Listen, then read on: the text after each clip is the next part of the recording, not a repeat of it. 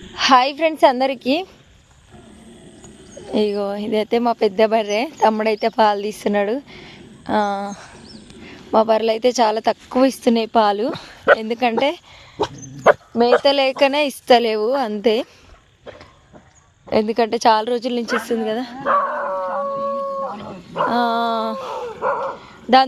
దీని దూడనే పెద్దగా అయిపోయింది, ఎక్కువ రోజులు ఇవ్వవు కదా పాలు. కుక్కలు మరుగుతున్నాయి. ఇగో దీని పిల్ల అది, దాని దూడ చనిపోయింది కదా, అందరికి తెలిసిందే.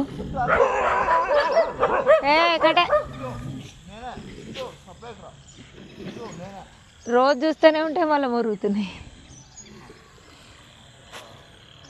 తోటలకైతే ఒక్క మనిషిని కూడా రానియవు మా కుక్కలు అయితే, గట్లుంది.